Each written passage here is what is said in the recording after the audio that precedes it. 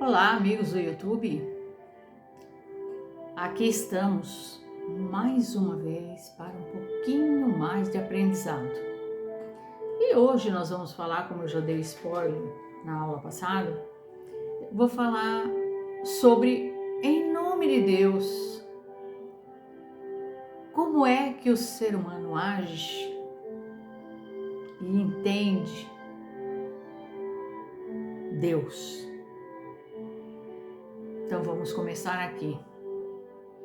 Usar o nome de Deus em vão, de acordo com o mandamento bíblico, significa empregá-lo de forma leviana, desrespeitosa ou sem significado. Isso inclui usar o nome de Deus vou dar exemplos, né? Quais são?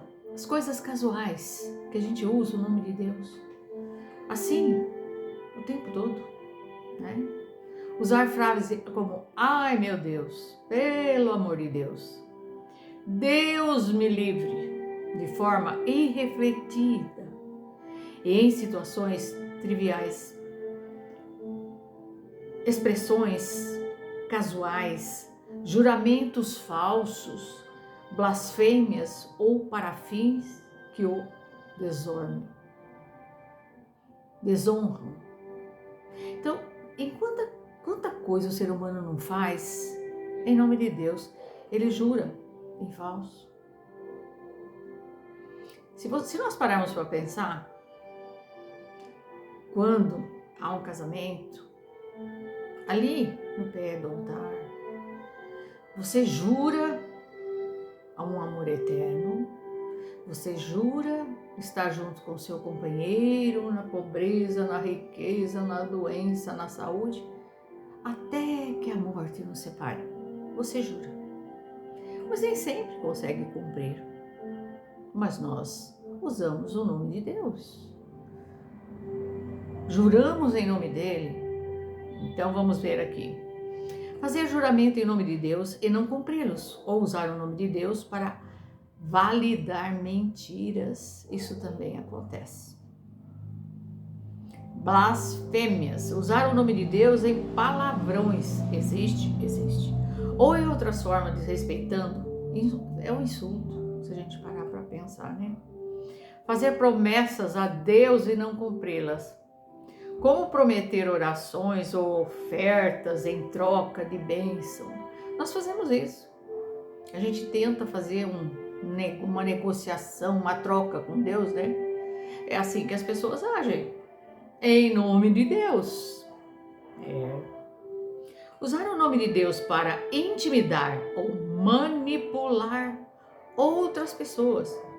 Como dizer, Deus vai te castigar. Que ruim, hein? Deus vai te castigar. Deus Pai.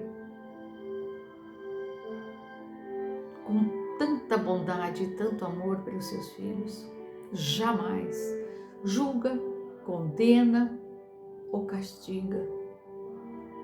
Nosso Deus é um Deus de amor. Usar o nome de Deus para promover ideias ou ações que não condizem com os ensinamentos religiosos.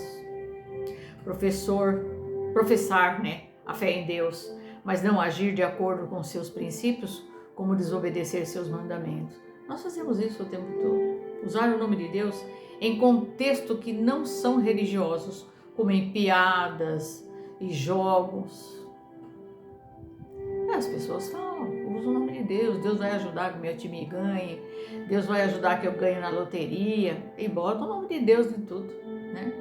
Em resumo, tomar o nome de Deus em vão é desvalorizar o significado e a santidade do nome divino, seja através de palavras, ações, atitudes que não demonstrem relevância, né? Ou reverência ou respeito, né? Digamos assim. O que é considerado falar em nome de Deus em vão? Considera-se contra Deus, proferir, contra Deus, interior ou exteriormente, palavras de ódio ou de censura, desafio, dizer mal de Deus, falar-lhe a respeito, mas conversas e abusa do nome dele. Então as pessoas usam o nome de Deus para tudo, né? Até para conquistar algumas coisas, enganar pessoas, manipular pessoas, como nós vimos aqui. Não tomar o seu santo nome em vão, que é o segundo mandamento. Tá lá. Saiba o que significa não tomar o seu santo nome em vão. Quais pecados atentam contra o segundo mandamento que a igreja ensina sobre ele? O nome do Senhor pronunciado em vão, jurar em falso, atenta contra o segundo mandamento. Isso significa que quando fazemos um juramento, estamos invocando Deus como testemunha da verdade do que afirmamos. O respeito por esse mandamento é um dever fundamental para com Deus, pois ele é a própria fonte de verdade. A doutrina espírita ensina que Deus é a inteligência suprema do universo e a causa primária de todas as coisas. Deus é eterno, não teve começo e não terá fim. Qual é o principal argumento apresentado pelo Espiritismo como prova da existência de Deus, segundo o ensino espírita? A prova de Deus existe e pode ser encontrada numa axioma explicável, aplicável à ciência. Não há efeito sem causa. Só por aí a gente já avalia. Procuramos a causa de tudo que não é obra do homem e a razão nos responderá. Quais são os 5 princípios básicos dessa doutrina espírita? Os princípios fundamentais do espiritismo agobram a existência de Deus e a imortalidade da alma, a reencarnação, a comunicação com os espíritos e a lei de causa e efeito, orientando o destino dos espíritos de acordo com suas ações passadas. Os 3 pilares do espiritismo são a ciência, a filosofia e a religião. O espiritismo, segundo Allan Kardec, é um sistema que une esses 3 aspectos. Vamos lá: ciência, filosofia e religião. Espiritismo. No aspecto científico, o espiritismo aborda a ciência investigando os fenômenos espirituais através de observação e experimentação, buscando compreender a natureza da comunicação com os espíritos. Já no científico, o espiritismo aborda a ciência investigando os fenômenos espirituais através da observação e experimentação, buscando compreender a natureza da comunicação desses espíritos. E o aspecto filosófico espírita busca entender o propósito da vida, a natureza da alma, a relação entre o espírito e a matéria e as leis que regem o universo. O espiritismo se apresenta como religião ao propor uma moral baseada no amor e na caridade, visando a transformação moral do indivíduo e da busca pela evolução espiritual. Portanto, o espiritismo não se limita a um único aspecto, mas integra ciência, filosofia, religião e doutrina. Após a morte de Jesus, pouco a pouco o homem foi perdendo os aspectos mais importantes da doutrina, daquilo que ele pregou, né? As pessoas com o tempo têm tendência a esquecer mesmo. O tempo passa, apaga tudo e as pessoas esquecem, né? Isso acontece também.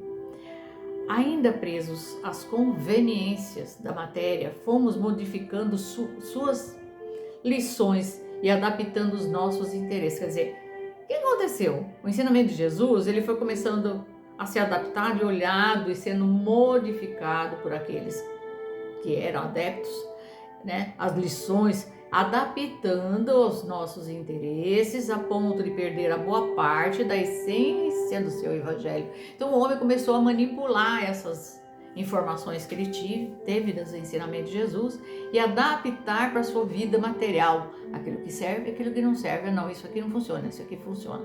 É mais ou menos isso. A Igreja Católica criou as cruzadas depois da morte de Jesus, né? E a Inquisição, em nome de Jesus, promovendo guerras, mortes, ceifando milhares de vidas. Em nome de Deus, né? Defendendo as mensagens e interesses pessoais do nome de Cristo e de Deus, tá? Guerra, em nome deles, interesses pessoais em nome de Cristo e de Deus. As cruzadas foram a luta pelo Santo Sepulcro e a Igreja Católica promoveu com as doutrinas não católicas, acreditando que algo material pudesse representar Jesus, ao invés de lembrarem o perdão, o desapego, a humildade a quem quiser, o maior que seja ou menor entre todos. É por aí. Não enquanto a humanidade, nós enquanto humanidade, nos perdemos no egoísmo, no orgulho, interpretamos que bastaria possuir o externo para sermos salvos e assim justificando a luta pela matéria. Perdidos de Jesus, promovemos numerosas guerras, que foram as cruzadas, a cada vida ceifada. Uma parte da mensagem do Mestre era silenciada, porém temporariamente.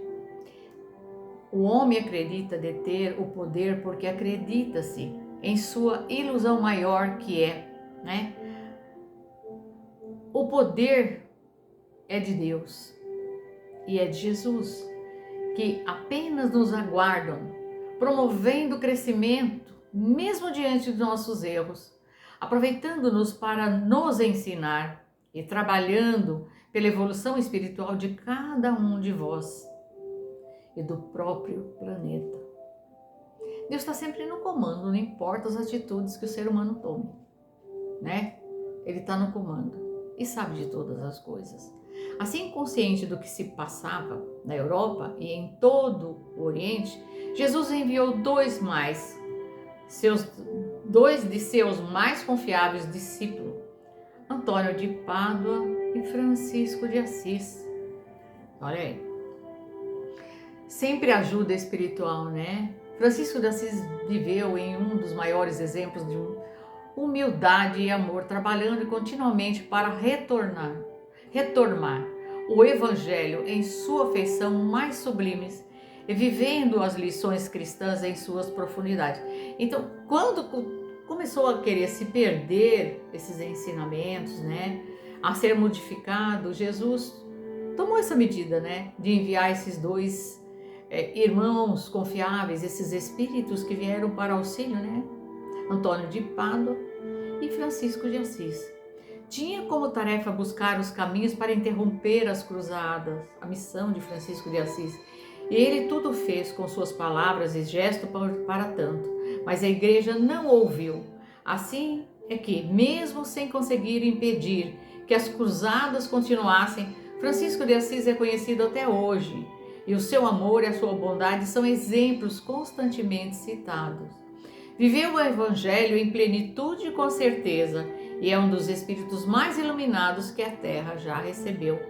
Olha que lindo, Sobre as cruzadas, geralmente elas são retratadas como uma série de guerras santas, contra o Islã, considerada por papas ávidos, o poder das travadas por fanáticos religiosos. Supõe que elas foram a epítome da presunção, da intolerância, uma marcha negra na história da civilização ocidental em geral.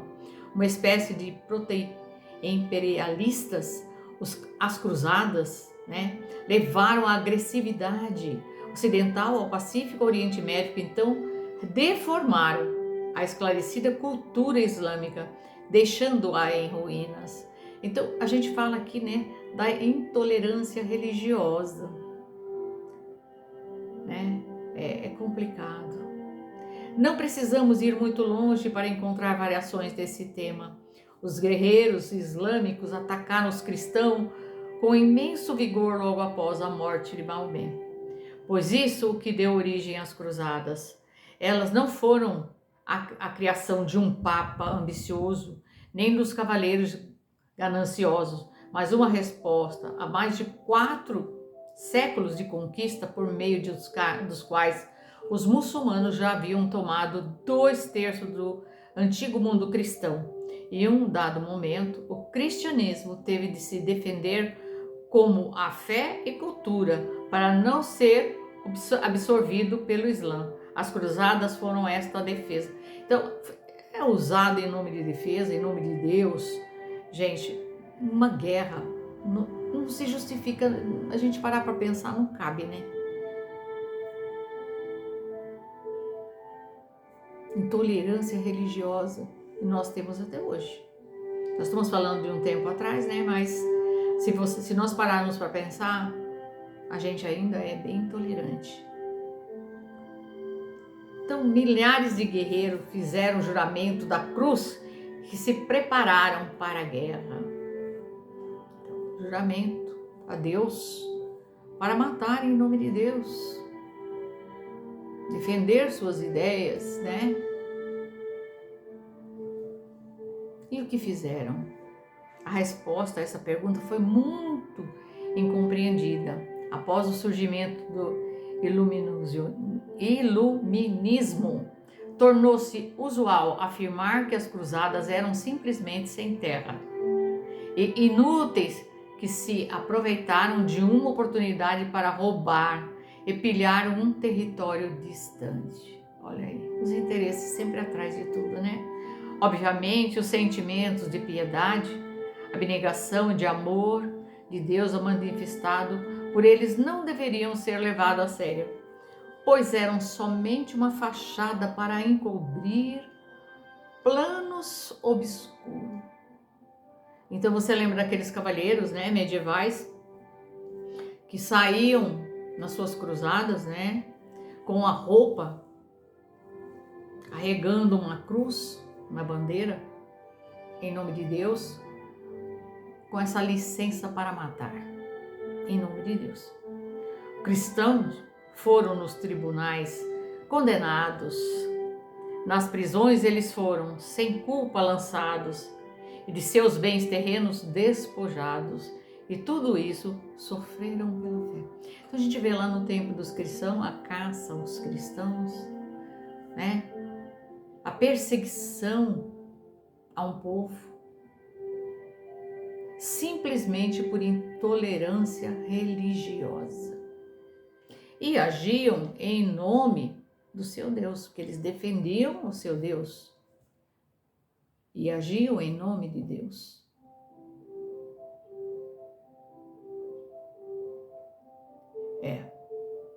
Se pararmos para refletir, quantos absurdos existiram e existem até hoje, né? Igrejas, líderes religiosos que abusam da posição que têm, exploram pessoas, eu não vou citar nomes, mas vocês sabem do que eu estou falando. Abusos e exploração a criança, a mulheres. A igreja carrega uma mácula grande de abusos em nome de Deus, por criaturas que iam buscar Deus na igreja e caíram nessa armadilha de pessoas que usam o nome de Deus para suas conquistas, digamos assim, né? Conquistas, e para os seus abusos justificáveis, porque ele é da igreja, e ele na igreja ele está protegido por Deus, assim ele acredita, que nada pode manchá-lo. Por isso, muitos escândalos foram escondidos por anos e séculos. Antigamente, uma moça que engravidasse era um escândalo para a sociedade. Essa moça era entregue à igreja para esconder a vergonha da família, digamos assim, né? E essa moça era colocada num convento e se dizia para as pessoas: ela vai ser esposa de Jesus, ela escolheu uma missão divina. É mais honrosa e menos vergonhosa, né? Então, escolheu Deus, né?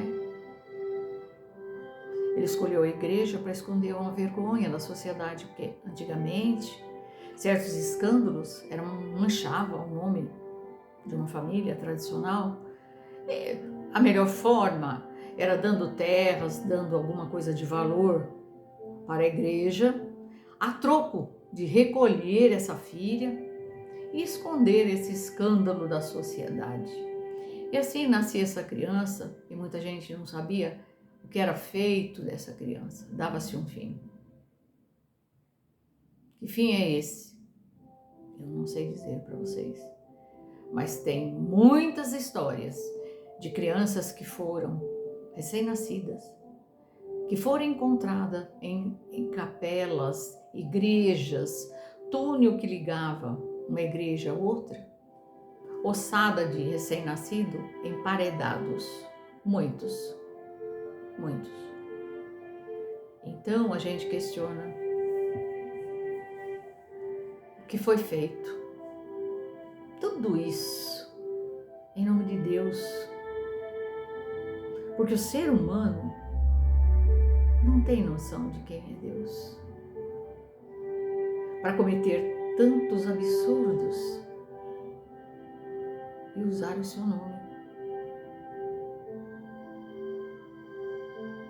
E nós fazemos isso o tempo todo. Usamos o nome de Deus em vão. Falamos o tempo todo. Ai meu Deus, como eu coloquei lá para vocês. Até para a pessoa que quer disputar alguma coisa, ela usa o nome de Deus. Que Deus tem que ajudar ela a fazer tal coisa contra a outra pessoa. Não é um absurdo uma coisa dessa? É.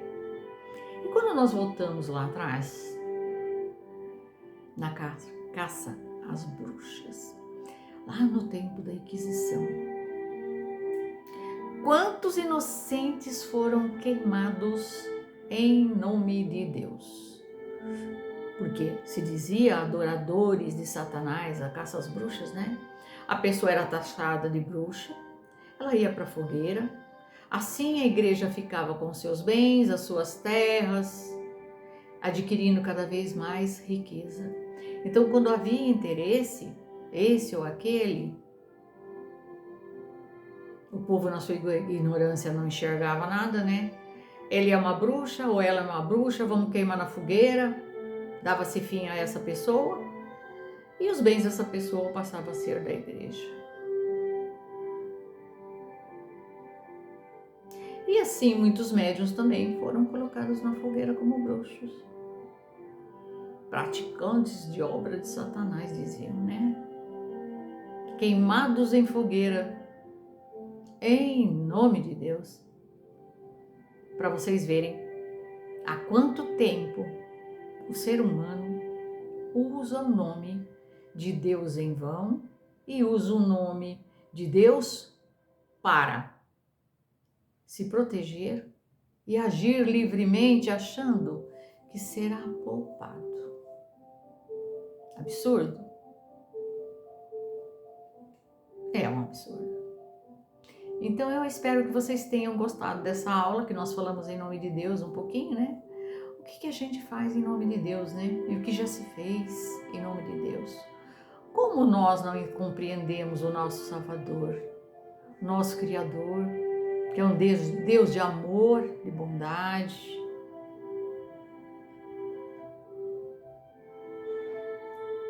A falta do conhecimento faz com que pessoas ajam livremente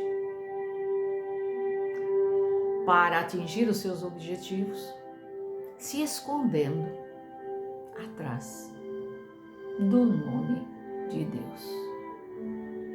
Fica aqui uma reflexão para vocês, que vocês tenham um ótimo final de semana e que Deus abençoe a vida e a família de todos vocês. Até semana que vem, se assim Deus permitir, estaremos de volta com mais uma aula. O tema ainda eu não pensei, mas eu vou preparar alguma coisa para passar para vocês. Espero que tenham gostado, deixa o like aí, compartilhe nosso vídeo, gente. Nós precisamos que mais pessoas, né, nos apoiem porque fazemos um trabalho caseiro, um trabalho de dedicação, de amor, para poder passar um pouquinho mais do conhecimento que nós temos, que buscamos também, e eu aprendo daqui, vocês daí. Fiquem todos com a paz de Deus. Até semana que vem, se assim Deus permitir.